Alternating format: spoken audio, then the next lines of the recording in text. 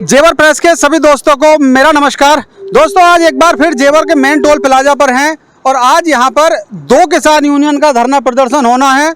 एक है भारतीय किसान जवान मजदूर यूनियन और दूसरी है राष्ट्रीय किसान मजदूर यूनियन उत्तर प्रदेश।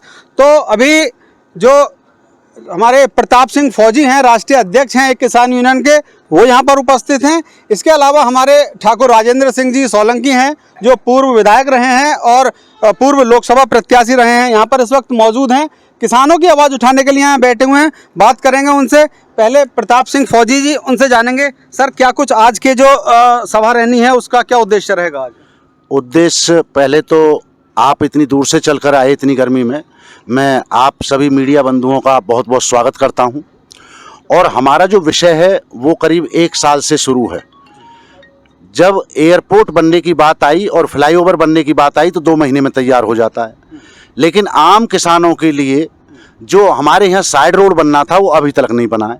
ये हमारी वाजिब मांग इसलिए है कि हमारा जो घर है वो तो गौतम बुद्ध नगर में, और जो हमारे घेर बोलते थे पहले जिसमें भैंस रहती हैं वो जेवर में, क्योंकि तहसील यहाँ और जिला हुआ, तो डेली किसानों को जाना पड़ता है। सबसे बड़ी परेशानी तो ये है। दूसरी परेशानी, कौन से इलाके की बात कर रहे हैं आप? मैं गौतम बुद्ध नगर की बात कर रहा हूँ फिलहाल। लेके आपके फेरी फेरल के बगल वाला जो रोड है साइड रोड, वो आज तक सर्विस लाइन तैयार नहीं हुई है। अब सेकंड ऑप्शन ये है कि जमीन हमारी ले ली, बिल्डरों ने कमाना शुरू कर दिया, दुकानदारों ने दुकान खोल ली, लेकिन जो हमारे प्लॉट हैं अगर वो हमें मिल जाए तो हमारे जो किसान हैं वो किसी भी तरीका से अपना रोजगार कर सकते हैं। 64% देंगे, अभी तक नहीं दिया। सड़क बनाएंगे, अभी तक नहीं बनाई। तालाब की साफ सफाई करेंगे, अभी तक नहीं करी। बारात घर बनाएंगे, अभी तक नहीं बनाया। और सबसे बड़ी समस्या कि हमारे पास कोई प्रतिनिधि नहीं है। धरना होने के सबसे बड़ा जो महत्वपूर्ण बिंदु है कि अगर मेरे पास में गांव में कोई समिति का अध्यक्ष हो, प्रधान हो, तो मैं उसको बात कह सकता हूं। मीडिया बंधु आप भी जानते हैं, क्या मैं सांसद जी के पास हर आदमी नहीं जा सकता है, ना ही हर आदमी, कोई भी आदमी विधायक जी के पास जा सकता है। तो ये बहुत बड़ी समस्या है। टोल की बहुत बड़ी समस्या है। जमीन हमसे कौड़ियों के भाव में खरीदी गई, लेकिन रेट 1 लाख रुपया गज। आप हमसे 5 लाख बेचो, हमें कोई लेना देना नहीं है, लेकिन जो हमारे काम है उनको करिए। हमारी ये बहुत मुख्य सी मांग है। मोस्टली मांग जो आती है सारी किसान यूनियन जितने भी हैं उनके घूम फिर के वो टोल पे आके खत्म हो जाती है। तो क्या कोई ऐसा मुद्दा नहीं उठ सकता कि ये टोल जो आम जनता है उसके लिए फ्री हो जाए? क्योंकि मैंने सुना है, हमारे गडकरी जी ने भी कहा था कि भाई जो टोल है वो जो लोकल वाले हैं उनके लिए फ्री होता है और होना चाहिए। फिर जेवर का टोल फ्री क्यों नहीं हो पा रहा है? कोई सारी किसान यूनियन एक साथ क्यों नहीं बोल रही है? 2 बिंदु हैं। नौकरी बुलंदशहर, अलीगढ़, गौतम बुद्ध नगर के लिए नहीं है, क्योंकि 200 किलोमीटर का जो दायरा है वो यही जिले आते हैं। इनके लिए नौकरी नहीं है, रोजगार नहीं है, नंबर 1। और जो आपकी बात है कि यहाँ का जो बैठाना है, ये बैठाने का काम आप सही पूछो तो इनकी अपनी से। अगर ये पूरे संगठनों को डीएम साहब कल ही आदेश करें कि आप सब आइए, और मैं ये नहीं कह रहा कि पूरी यूनियनों को बुलाओ, आप 4 प्रतिनिधि बुला लें और बुलाने के बाद में या सीओ साहब अथॉरिटी वाले इसका निपटोरा कर सकते हैं। लेकिन इनको भी अपने आप में एक मजा आता है कि हमने आज संगठन आया था और हमने निपटा दिया, क्योंकि संगठनों का दायरा क्या हो गया है, सुबह को बैठना, शाम को उठ जाना। लेकिन हम जब पिछली बार बैठे थे तो हमको रात के 9 बजे ये बोला था, अभी एसडीएम साहब भी आएंगे और भी सभी आएंगे, मैंने उनसे पूछना है बस कि मैं 11 महीने बैठा था, 11 महीने में एक अगर कोई बच्चा हो जाता है तो मम्मी पापा कहने लग जाता है तकरीबन, लेकिन अभी तक आपका बच्चा ही पैदा नहीं हुआ। जी जी जी बिल्कुल। तो किसानों की मांगों को लेकर प्रताप सिंह फौजी आज यहाँ बैठे हैं।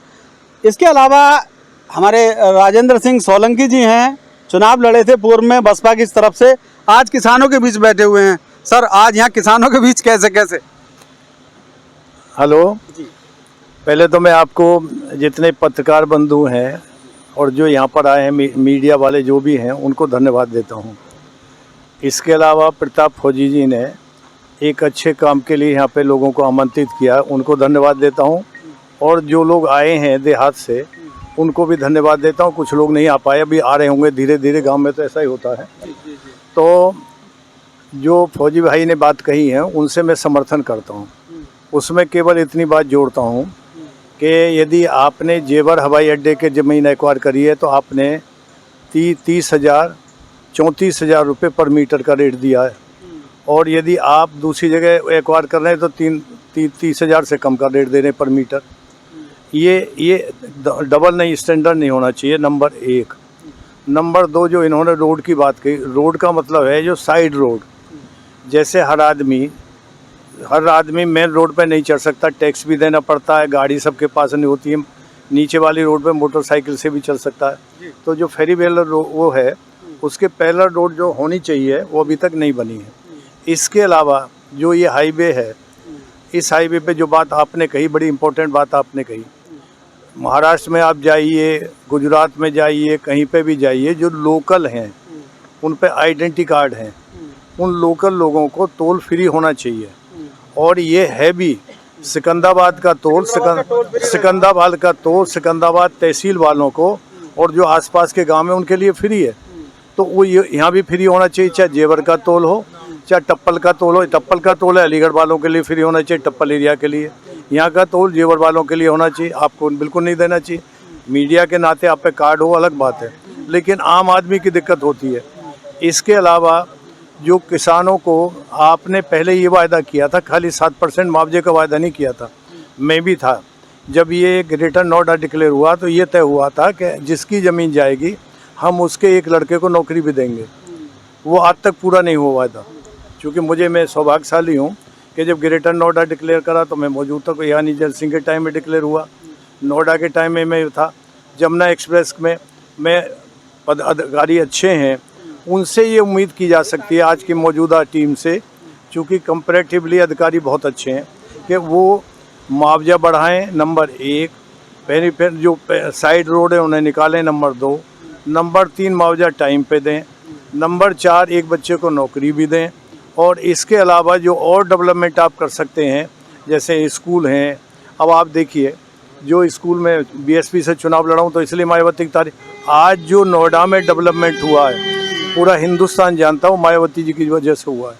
चाहे वो दिल्ली यूनिवर्सिटी, मतलब नोएडा यूनिवर्सिटी बनी हो, चाहे जो गवर्नमेंट कॉलेज बन रहा है एम्स की तर्ज पे, चाहे वो मेडिकल कॉलेज बन रहा हो एम्स उसमें अंदर, जो भी है, चाहे वो इंटरमीडिएट कॉलेज बने हो, चाहे वो कोई भी चीज़ बनी हो, वो डेवलपमेंट हुआ है। उस डेवलपमेंट को हम ये चाहते हैं खाली नोएडा तक सीमित ना रहे।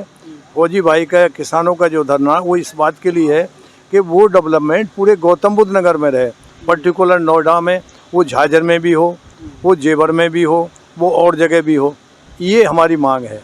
उसके लिए हम यूनियन, यदि मान लीजिए सब बातें एक कहती हैं तो उसमें कोई दो राय नहीं है, क्योंकि भावना सबकी एक हो सकती है, विचार अलग अलग हो सकते हैं। इन शब्दों के साथ मैं आपको धन्यवाद देता हूँ। तो भारतीय किसान यूनियन की ओर से आज बसपा प्रत्याशी, पूर्व लोकसभा प्रत्याशी राजेंद्र सिंह सोलंकी भी आज मौजूद रहेंगे। देखते हैं क्या कुछ इस पंचायत का निर्णय निकलता है, किसानों की कितनी मांगे मानी जाती हैं। जुड़े रहिए हमारे साथ, देखते रहिए जेवर प्रेस।